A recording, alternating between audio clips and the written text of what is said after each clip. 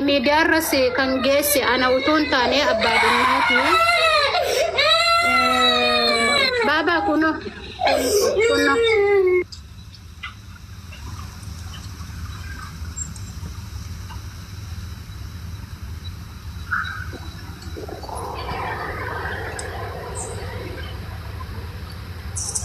ميوتاتني جرتو هاسا جرتو تانان ميوتاتني جرتو نوردين دائما جيك نام ميوت إفما دائما نجيكارا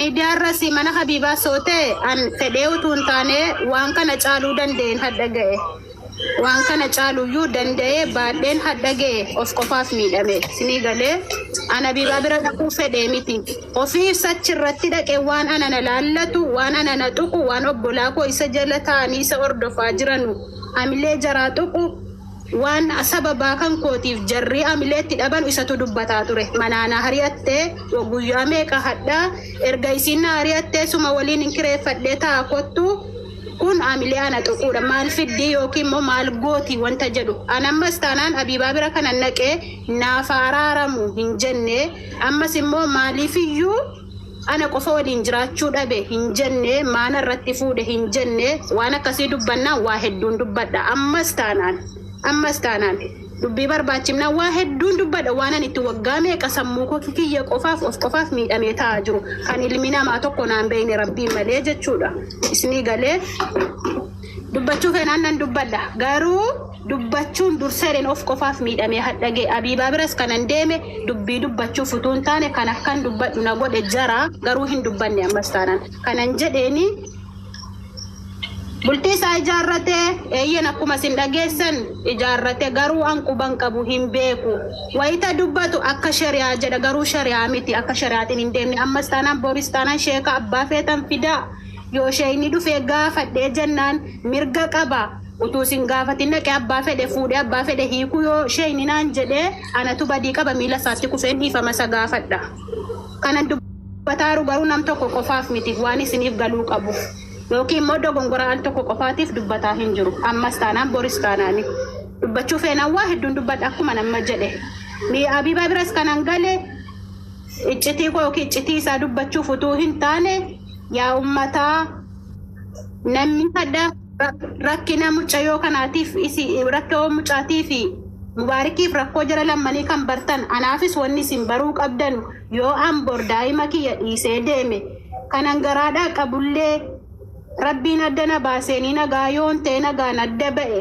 dhiiga mucaa daa'ima dhiiga yoon dhiisee deeme boru haadha cakkaanyii haadha baalagee haadha daa'ima sii gattee deemtu akka naan hin jenne waan na deemsisetu jira waan isin anaaf hin barre kana qofan jedhee bu'e kan na jechisiise immoo muudii inni natti qabataa turedha ana mana keessa jiru gochinni qaama natti godhu hanqannaan dubartoonni inni guyyaarraa natti fidu hanqannaan waggaarraa natti fidu hanqannaan eeyyama tokko malee gaafii tokko malee an gaafatamee yoo an fuuchuufanii maal jetta yoo inni jedhee nan an lakkii jedhe ba'ee fuuchuu mirga qaba shari'aa rabbii akkasittan beeka achiin booda wajjin jiraachuuf dhiisuu anatu murteeffata shari'aan rabbii akkas jedha isinii galee naan jedhamee hin beeku an hundayyuu kan media irratti dhagaa media irratti dhagee yeroon gaafadhe eeyyee shari'aa rabbiin na eeyyame maatii media irratti dhagee yeroon gaafadhe eeyyee shari'aa rabbiin na eeyyame maatii yeroo tokko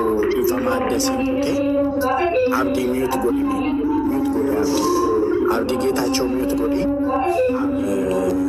abdii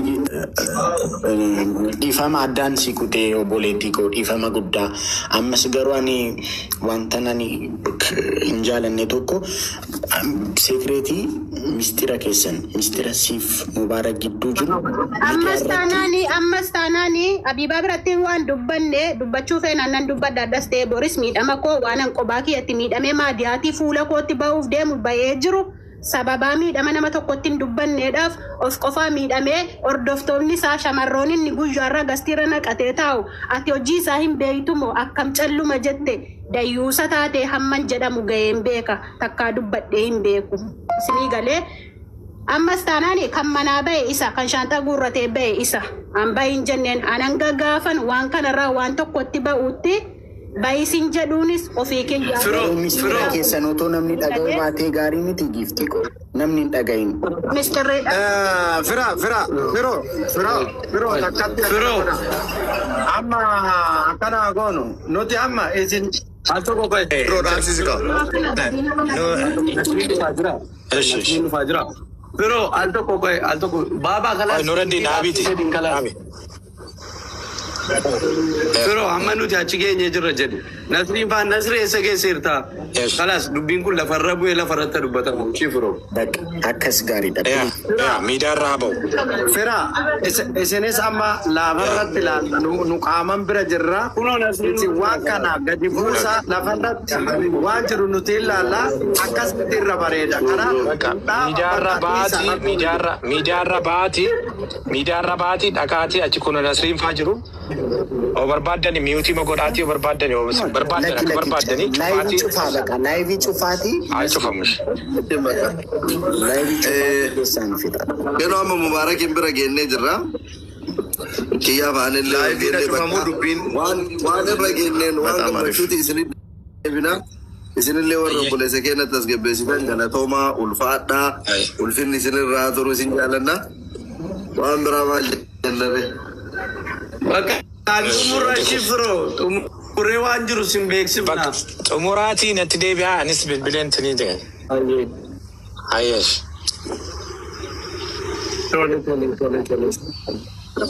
Nagaatti. Kan kee hin jira manni asli hin jira yoo walimatu barbaachise yoo rakkoon jiraate eeguma waan miidiyaa bahuu taate maaliif dhaqanii isin biratti hin himanne manuma asliiti kun yeroo hunda ajandaa kan dibatamu dhaqanii manuma isaatitti maa hin himanne har'a takkitti maal ol fuudhanii waan bultii sanuu haadha manaa lama walitti qabanii takkitti miidiyaa irra baasuun akka namni kun gurbaan kun sukkaara qaba hin beekan dhibamaadha osoo sukkaarri kun itti ol danfee bakka jiru sanitti du'e osoo dhaqee rakkoo itti ofirraan ga'e namni namaa hin yaadu.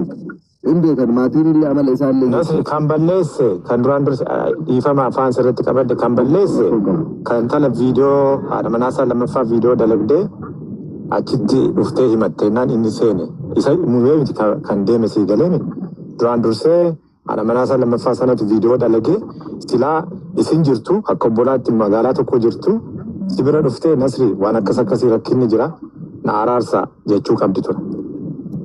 Akkas miidiyaa irratti gadi baasuun. Inni innummaa Mubaarak mataan isaatiiyyuu eenyuun maal waan ta'eef waa'ee niitii isaa mabraaraa isa gaafata miidiyaa gubbaa isa fidee eenyuuf ibsa kennuu qaba. Eenyutu kana dura waa'ee bultii isaa miidiyaa irratti mabraaraa kennaa oolu. Lamaan no mabraaraa iseetu kenne isee gaafate. Maaliif jalqaba maal goote beekaa akkuma barbaachise akkam goote manaa kooti siistemii ittiin dhufte qarshii itti kennadhe maal jettee siistemii sanaan dhufte bar sanuma keessa dubbiin babal'atee waan kana dhaabachaa ture Mubaarak jiru maal ta'e aga Samiiraan dhufte gasti irraa garuu geesse achirraa badee jechuudha dubbiin osoo Samiiraan gasti irra hin seenne ta'eeti sila dubbiin kun hundumtuu uumamu. Marqos hawaasaa keessa dammaan qabeera Nasrii kiyya. Nasri ati ilma nama guddaati nama guddaa jalatti guddatte Firoo galatoomi ilaamee dubbiin haa bulu jedha Oromoon yeroo mammaaku duraan dursee wallaahi galatooma ulfaadha Nasri amma kan isin gochuu qabdanu dubbiin akkana ho'aadhaan dubbatamu mucaanis aarteetti Mubaarakiin tasgabbeessaa mucaa sana immoo Firoo atis keessa galtee makiinii jirti kiyya hundi keessa nurraachee Samiiraas inaasofsiifna garuu Mubaarak indirragaaggaa durguba jammare Mubaarakin arragaaguut kalaayi baasottuut yirragaagaa hiitanya dhukkuba sukkaaraa qaba waan ta'eef dawaa isaa fudhatee akka rafu taasisaa sana booda immoo gara jaarsummaatti deemta amma kanaafuu Nasri deemaati laayivii irraa baasaa Firoo ittimi kanaafuu aaniitti dabalamaa deemaa immoo mana isaatti deemaa jira already mana isaa biratti ol geenne kiyyaama wajjin Samiiraan illee hin dubbisnaa waan jiru isinillee waan bilbiluu qabnuun keessaan isinii bilbillee waliin hin maranna wanti beeytan. Waa'ee Mubaarak natti dhiisaa homaa rakkinni hin jiru.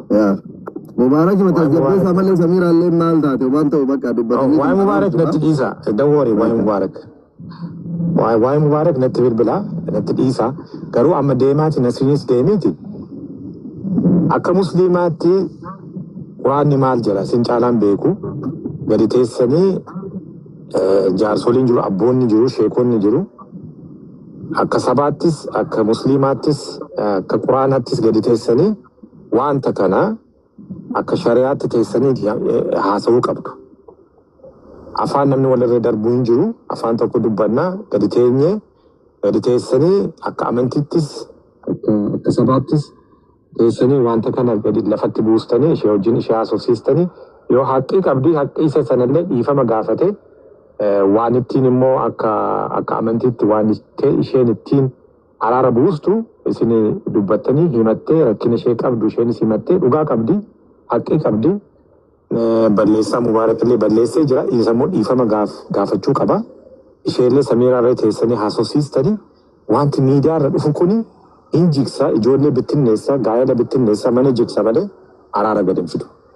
Kanaaf miidiyaa irra gadi bahamee mubeen illee aarii kana dhiistee teessee araara buustee yoo mana lama si barbaachise lama sadii si barbaachise akka shari'aatti shari'aan agasii dhiyyametti waan bulsii bushuu yoo dandeessa ta'e